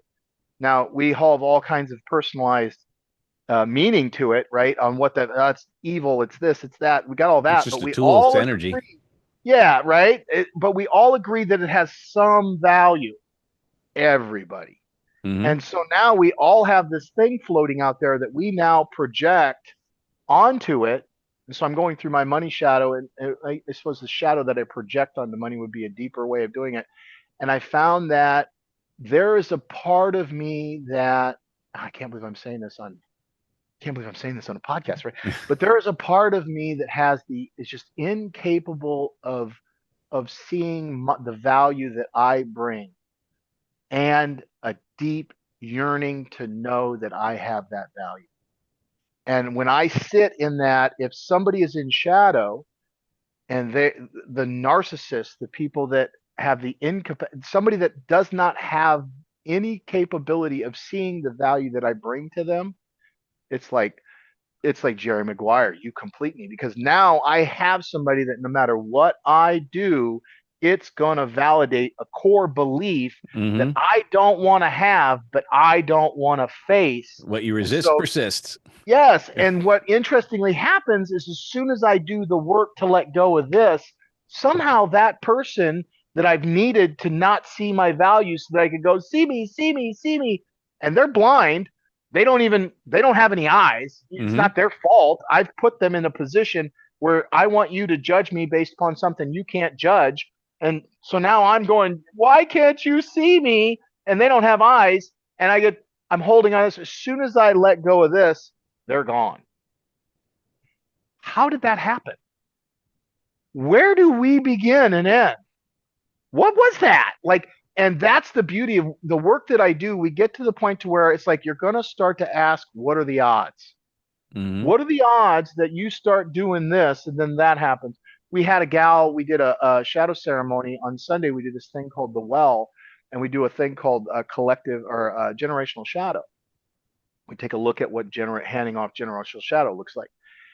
And it's a descripting. So we're descripting that process. And as soon as that process was done, this gal who had been ostracized from her mom for 4 years, her mom, right after that moment, started texting her and calling her repeatedly. What are the fucking odds? I'm sitting in a carpet, I'm talking to this gal again, face to face with her, and she's saying, my mom abandoned me. My mom abandoned me, and I've been trying, she sees now that she's been trying to get all these other women to not abandon her, but yet putting Mm. herself in positions to where she gets It's abandoned, inevitable. right? Yep. Hmm. She gets to the core of that. She sees that. She goes, I just want my mom. What do you want here? I just want my mom to hear me. She doesn't even need to acknowledge it. She just needs to hear me. And I look over, and there's this lady sitting in, because we're all around doing the work. She's fucking sobbing, and somebody pulls she abandoned, this lady here abandoned her daughter. And so we stand them up and we have this. I could not have planned all that. Like I couldn't have Yep. mapped that shit out on a bet. Like I couldn't have done that, right? And so it's like you start to see this stuff in the work and you're like, well, where do I end and where do I begin? Like what does it really mean to be Steven? Well, and so then you bring into the whole idea of there is no time. Well, you go in and you start to look at like we go back into when my wife is driving. You're trapping me in the basement, right? So in those moments, in the subjective experience of that moment, I can both touch. I'm in the now. I'm driving in this car, and at the same time, I am now that 3-year-old little boy in that Hmm. basement. At the same, and it's not that that little boy like that noise that's still going on. I'm just. It's like people talk about being triggered as if somehow I got triggered. But when I was in college, my buddy had an apartment and we would go play video games, and we played video games all weekend long. And he had this refrigerator that was just beat up and used because it was it was it was that kind of an apartment, right? Mm-hmm. And it just Yep. what happens when you're in that room for too much of a length of time? Oh, yeah. You drown it out. Well, you delete it. You delete the You sound. tune it like the mind deletes, distorts, and generalizes. Yep. Like, it just shuts that out. Then a friend comes in and says, "Man, you got to get a new fridge." What happens to that noise in your mind? Comes back up. Comes right back up. That's triggering. That's Yep. what triggering Mm-hmm. means. It's not that I don't. It's not that that little boy in me that got trapped in the basement. It's not that he got triggered. It's that I become aware of the signal that I'm already living out of, Mm-hmm. and now I can tend to it. I can't tend to a shadow. I can't tend to a construct because it's not really shadow that I'm tending to. I can't attend to the meaning that I'm running out of unless I get into relationship with something, person, place, and thing or event. Mm-hmm. Until I project that out and see what that is, I can't shut that signal off. I don't even know I'm running it. I'm just running it. Mm-hmm. I made up that meaning and then I take it to be truth. And again, I don't question a belief. That's the whole value of an evolved mind, is the ability to make meaning, buy into that meaning, and then assume that that's true and no longer grab that meaning is now held. And so that I can stand up and reach for the next meaning. That's the power of an evolved mind. And if we don't learn how to go back in and start to tune those frequencies, tune those, then we're going to continue to bump around each other. It's going to get faster and faster. And I think what we're seeing is I'm going to use a word, come to Jesus. We're being forced to the table. You Mm-hmm. need to deal with this. And so I think it's actually a good thing. I think the COVID was a good thing. I think that what we're seeing out here, and those don't even talk the political landscape, let's not go there. Like, we're seeing this tightening for a reason. It's forcing us to wake up from the dreams that we forgot we were having. Well, and as you've been, and it's been coming up for me this whole time as you've been talking, one of my favorite processes in NLP is parts integration. Yep. And that's yeah, that's Yep. what like all of this conversation ultimately is really becoming aware of what meanings we gave a situation at the time based on the resources we had at the time, what decisions we made that became our belief, that became our model of the world. And it's not real. It's real to us, but there's also alternate realities. There's other ways. And then once we have compassion, which sounds like this is what Mother does for you, is you get to go see it from another perspective and go, oh, have some compassion for that little Steven who made the decision that X means Y. And then go, well, what else could it mean? Oh, all right. No, now I have some awareness. And now how can we utilize this, become more flexible and have more compassion? Because we also recognize if we went through it, that means someone else has as well. And that's where the miscommunications often occur, is because we've given the same thing a different meaning. That's right. I think that at her core, love is the key to all of it. So Mother 100%. teaches. She my third ceremony, and I didn't get this until she gives you pieces of stuff, and you only got, like, it's like a decade's worth of information that's being compressed. But it's like not only that, but it's compressed, and then it's packed in such a way that you'll look at it this way, and it'll tell you one thing, and then I'll come around again and go, "Wow, that's a completely different way of looking at it. It gives me a whole different way." It's kind of like Yeah. the 12 step. I remember we would come into me like, just for today. Oh yeah, let me, okay. I don't just stay close sober just for today. Just for today. I don't have to use just for, okay, I can deal with that. And then over 6 months to a year, then it becomes a just for today is all you have is now. It becomes a deeper, like, as the esoteric, the layered versions. Well, ayahuasca is kind of like that. Mushrooms are kind of like that.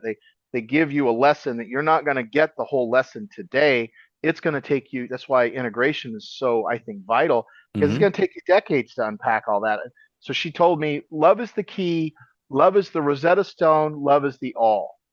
And in the subjective experience of a coach or a facilitator, it has implications that are just beyond, as a leader. So love is the key. So I'm in a situation and I find myself in tension. Well, if I'm in tension and I'm like, oh, she's trying to trap me, I might I might not say that she's trying to trap, because I'm not going to say you're trying to trap me. I used to think that No, she but was. you'll respond as such. right, and I might, and again, it's those micro responses, right? It's the ones Hmm. that I'm letting it go, but I'm not really letting it go. Kind of, I'm sparkly banding this shit, right? And spiritual bypassing, whatever you want to call it. Hmm. So I'm kind of like, Passive aggressive. yeah, she sees that, but she's not translating from, oh, he's trapped in the basement because I'm in shadow and we have shadow contracts in What? place, firmly and put in place. Right. Yeah. She's She got can her only own. It's That's right. She has to translate it. So the key here is love is the key. So if I can go in and see where is love blocked in me.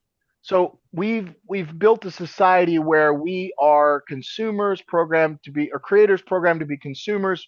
We've got a 7-lane highway to misery and a dirt road to happiness, right? But it's like we have been programmed to get up on the cross, and because that gives me significance going into the victim, and the martyr is a type of victim. We talk about an archetype. So there's the victim archetype, right? So that victim archetype, that martyr archetype, is the go-to anytime I want. We Most people get their significance through their insignificance. Mhm. They're significantly insignificant, right? So then I feel that right here, and I go, I'm mad at you because you didn't say good morning, you love me the way that I thought you should, and now I think you're out, whatever. You know what I mean? I make some crazy story up about some crazy bullshit. That's typically what it is. And now I'm like this, and she translates that through. So the key here is going, can I love her? Can I let go of what, not sparkly band-aid? This is the key, right? Can I really let it go? That's the key of mother. Mother is this. Everything she teaches is right here. That's Mhm. everything. Like just like that, everything's going to be fine. And so it's like letting go. And once I let go and I can allow love to flow, love is the key. Now I'm open. I can look over at her and go, where is she blocked from love coming through her? And somehow, I don't know what this is, but somehow through that, I'm able to now get to her. Whereas before, it would have just been us maintaining the situation until we decide that we don't want to mean mug each other anymore, right? And that could last some people an entire marriage, right? Mhm. Like, you know what I mean? It's like, but if I can really let go here and go, okay, what is love flowing through me? And so it's like I love myself, and so now I have love to give. Most people, it's like the givers, but they don't know how to receive. Or Mhm. Mark Gaffney says it's like giving, receiving. Am I giving? Am I taking? Am I open to receive? Am I even open to? Because typically, what it is I'm loving her so that she'll love me, but I'm not really open to receive. And if I'm really just loving her so that she'll love me, am I really loving her? And here's the bigger piece. Have you ever told somebody, tell me you love me, and when they said it, you believed it? I don't No. think I've ever told anybody to tell me they love them, Yeah, actually. you, Doug, that's because you carry yourself differently in the world, right? But in reality, I've not met anybody who says, tell me you love me, and had somebody say, I love you, and they've been able to take it in and receive that love. And the Yeah, reason well, why, the very question to ask that question already is precarious. yeah, because if I've got to ask you for it, now I'm asking. Love is given. No, love is never. You can't take love. You can only give love. So if Right. I'm Love is a giving verb. you It's love, not a that's right. yeah. And so then I'm not open to receive. So in that moment, I am completely trapped. But if I can love myself enough to make sure that I'm the love is flowing through me, then somehow I'm able to see where the other person is blocked. And what love is the key. Love is the Rosetta Stone. We go into Yep. those isn't that interesting contracts, and we get very interesting things. Well, I just noticed this thing, and I did this thing, and it changed everything. Love is the all. Yep. And when you come from authentic love, there's no judgment. Right. Then it's awareness, it's acceptance, it's observation, and it's appreciation because now the experience then becomes a universal exchange of presence as opposed to some sort of reciprocity that needs to occur because if there's no judgment, you're already experiencing that love, that peace, that presence in yourself, and then now this is where namaste comes in. Now I am one, I see the love in you, Yep. and here And we we are. become this weird reflection takes place, right? Right. So my second ceremony with mother. I talk about this on on the air. So my second ceremony with mother, it's a daytime ceremony. The first ceremony is just pretty colors. Oh, look at the sky. Second ceremony, daytime ceremony. And I'm like, okay, because it got real funky, but I wanted to wait for the funky to happen. You know what I mean? Like one Hmm. minute everything's looking great, and the next minute, where am I? That kind of thing, right? So I was waiting for the bus to show up, metaphorically speaking. So got my and I remember this pearly white coming over me, and then I closed my eyes. Now, from the outside, what it probably looked like was me rolling over and going to sleep. That's what it probably call it we call it an anada. But inside here, I blinked and I was in this different place. I was somewhere else. And and I look over and there's this lady and she's leaning up against this log and she's just looking straight ahead and love is unconditional. She didn't care whether I saw her. She didn't care whether I didn't see her. She didn't care whether I talked to her. She didn't care whether I got it or didn't. She was just love. And it was, I remember for the first time realizing when you say love is unconditional, like right now, if you're listening right now in your mind, just repeat these words and listen. What would love say? What did you get? Because if I tell you right now, try not to answer this question in your mind. Try not to. What's 2 plus 2? Right. What's the opposite of up? Yeah. What's the opposite of down? What does love say? And it's typically what you'll find is it's this quiet. It's not like the Kool-Aid man, right? Hey, where he's Yep. kicking down.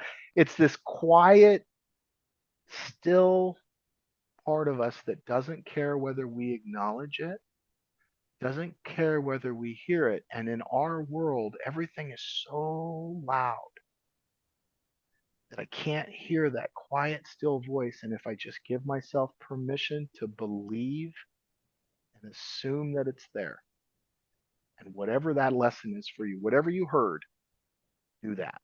Hmm. Even if you're wrong, here's the thing I've learned.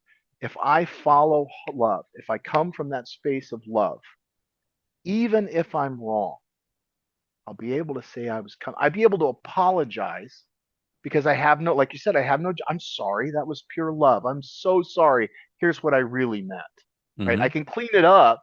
And if so many people I see, it's like I don't have a purpose. We talk about the 6 basic human needs. I think there's 7, brother. I think there's 7. The 7th human need is purpose. The Native Americans call it a medicine wheel. I call it a spirit wheel. So Tony talks about certainty, uncertainty, significance, and connection. That's the flat plane. Hmm. Then we open up to contribution, which breaks us. I bleed for something other than myself. We open up to growth. That opens up the shell for the center, which is purpose. And I think that when we start to allow ourselves that ability to follow love, I start to look back behind me and I can see that my footsteps were in love. And now I can see the direction I'm going. Mm. Now I can trust myself.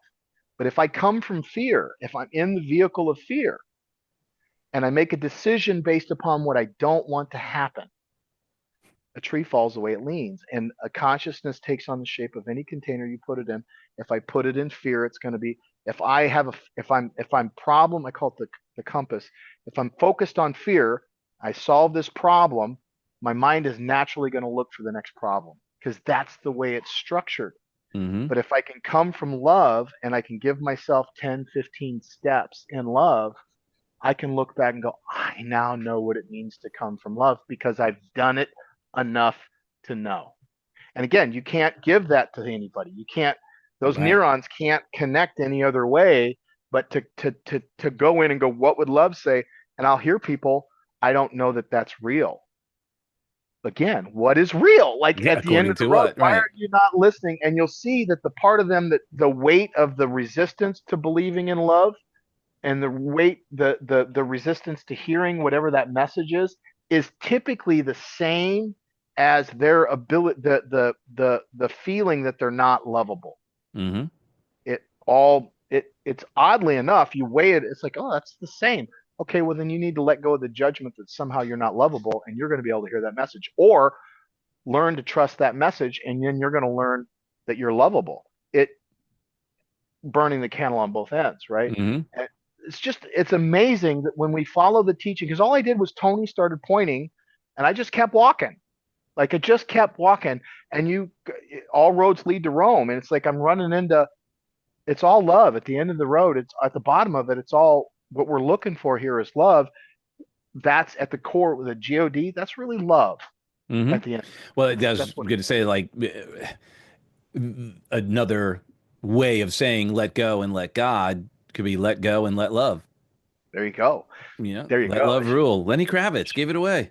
There you go, brother. We should put that on a bumper sticker. I think we got Wow. the. There we go. Love it. Pun intended. Mhm. So, good Lord, man, it has been 2 hours. We're hitting Joe Rogan territory. Is Wow. there is there something that you would love to impart? You'd like to share something you're working on, something that you're excited about that we can celebrate and promote and get people on, from a loving perspective. We want to be sure that everyone is being the best version of themselves with all the support that's available. Yeah. So you can plug into my stuff, because my mission here, my mission is to spur the evolution of collective consciousness through engaging in the innate genius woven in the human condition. I'm currently called to do that at the global and the community level, and I've created as much as I can create. Like it's all the materials you see me on Instagram, you see me on Facebook. I don't hold anything back. Like the information is the information. It's not the Hmm. information people come to me for. They come to me for how to engage the information. So the book, everything that I do is meant to be experiential. It's not about learning anything. It's about unlearning and relearning. The Hmm. literary age is not the person that can't read and write. It's the person that can't learn, unlearn, and then relearn again.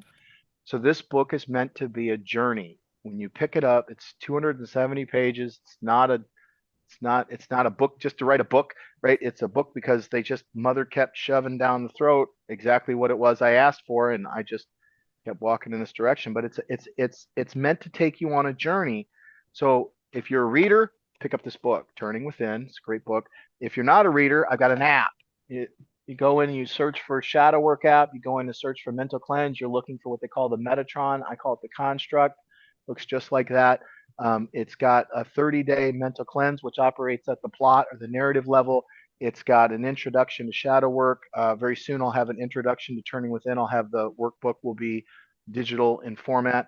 Um, I every Monday I offer a free integration group that if you go to theshadowtribe.com, it'll take you to a Facebook group. We meet every Monday night from 6 to whenever, and we do the work. Like we're not Mm. here. It's free. If you want to come and do the work, come do the work. We please bring your work to the container.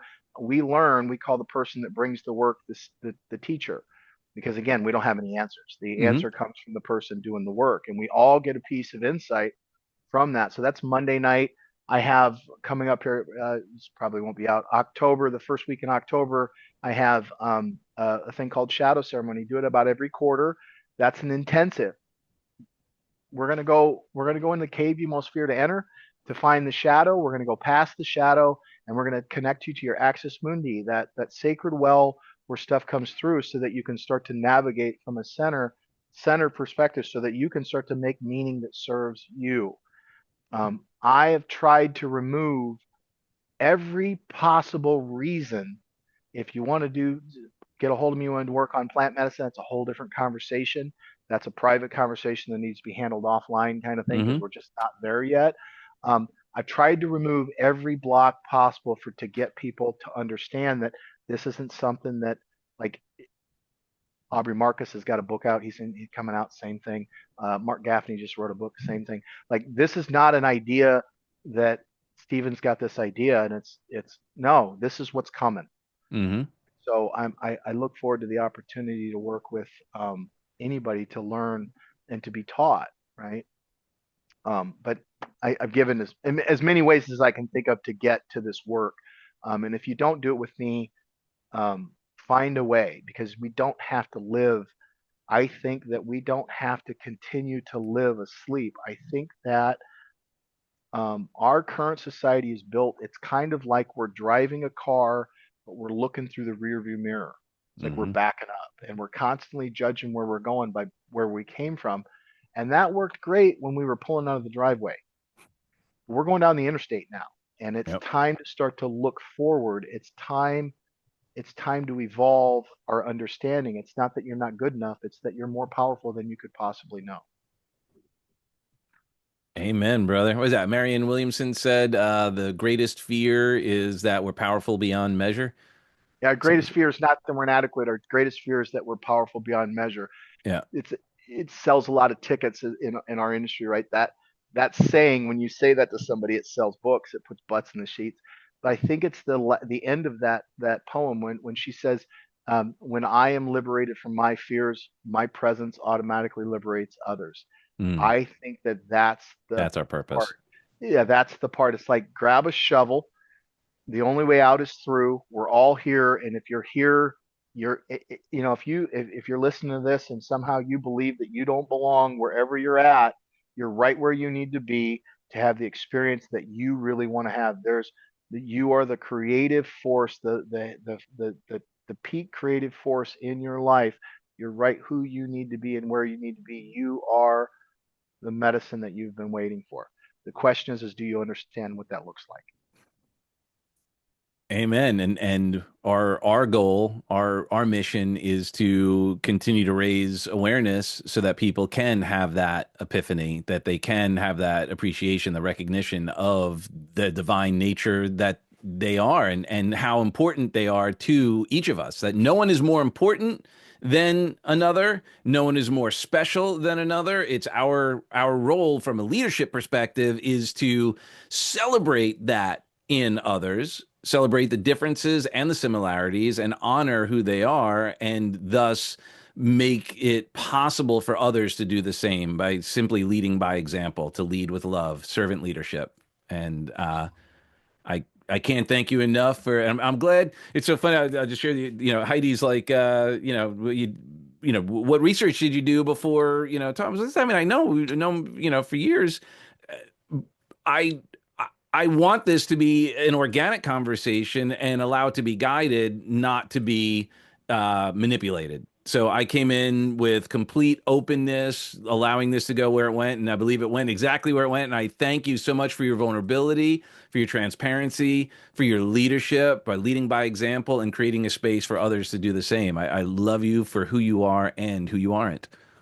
Brother, I've always, I call it a man crush. I had this massive fucking man crush on you. You show up, you glow. Like they're in it, working in the field that we work in, right? You tend to see a lot of people that talk the talk, right? And they look good on paper, and you might see them on stage, and they do amazing work. I'm not no means trying to, but there's a difference between talking the talk and walking the walk. And I've watched your feet over a long length of time, brother. You walk the walk. So thank you for not only walking the walk, but talking the talk and creating this platform so that I could connect and get this mission, this this this mission, Yeah.